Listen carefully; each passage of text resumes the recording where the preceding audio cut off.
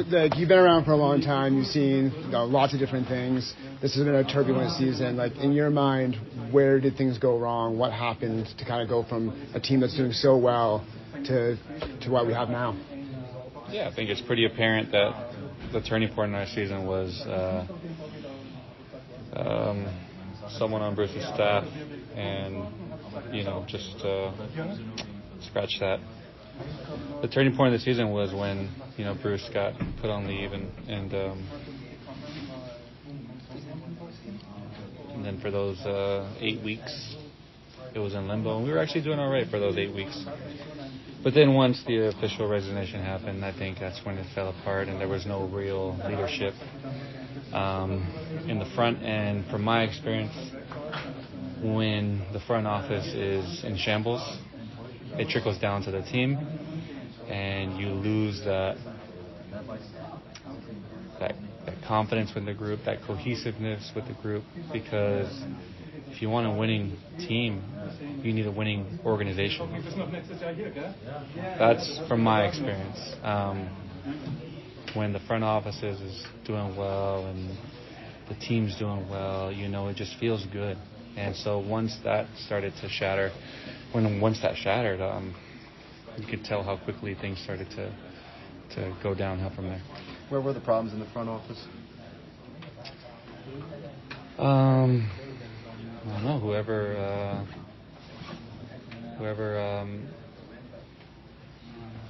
went to the league, I guess. I mean, did it need to be this way? Did it need to be this way? I mean, I really don't know what happened, so I don't know. But for me, I think we have an HR department, I believe, and so maybe it could have handled within our own HR department. But from my understanding, it was skipped and taken straight to the league. So, I mean, in my experience, in my career, I've seen things handled in-house, and things don't leave the club, and you handle things, and you air your grievance if something's bothering you to the guy who's doing it, or some help with someone, and you get stuff handled, and the team can go on and become stronger for it. But the way this was handled, it was interesting. I mean, because I don't really know what happened, but the team suffered because of it. Does this leave a bad taste in your Sorry, Sam. No, Does this leave a bad taste in your mouth? Does this, do you still want to be in New England past this season? Or me? Yeah, I love it here. I love the area. I love playing for the club. I've enjoyed my time here, and it leaves a sour taste in my mouth because I'm out of contract, and so I'd like to continue here, and I really think with this group of players we could have done something. We could have gotten further than tonight. That's for sure. We could have finished higher in the table. You were second in the league going into the Leagues Cup. Yeah, we were second in the league going into the Leagues Cup, and then after that we struggled to get wins, and it became very, very difficult. And I think what was the most apparent was that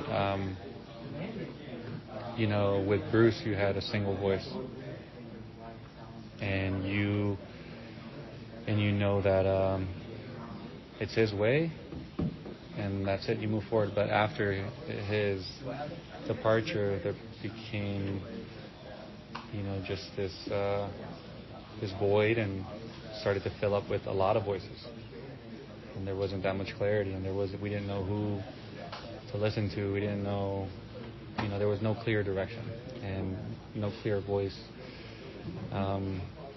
We didn't know who was making decisions. We didn't know anything. And as players, that sounded a bit uncomfortable.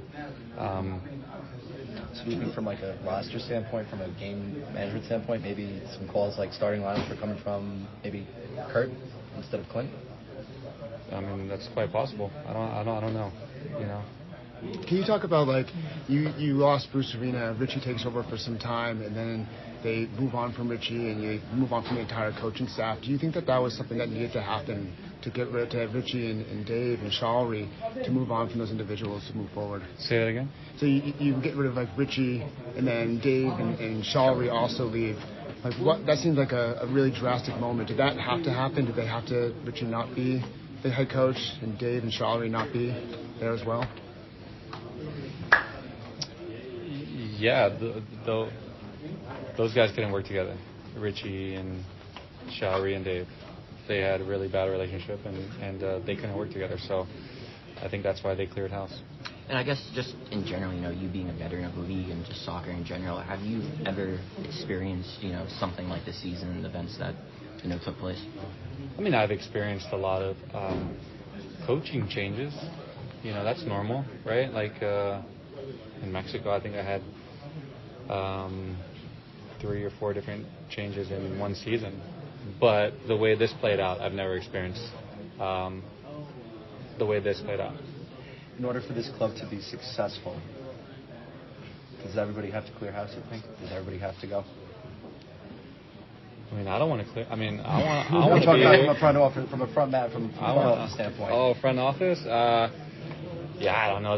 Those are decisions made by other people, but Richie's still on the payroll, and if he comes back as a coach, does it make it harder for you as a player to play for him? All right. You got it. Are we good for now? Well, Can you just clarify one thing? You mentioned there's a lot of voices. Is that the players being part of that? Is it the front office? Like, what do you mean by a lot of voices making decisions? Yeah, I think top to bottom.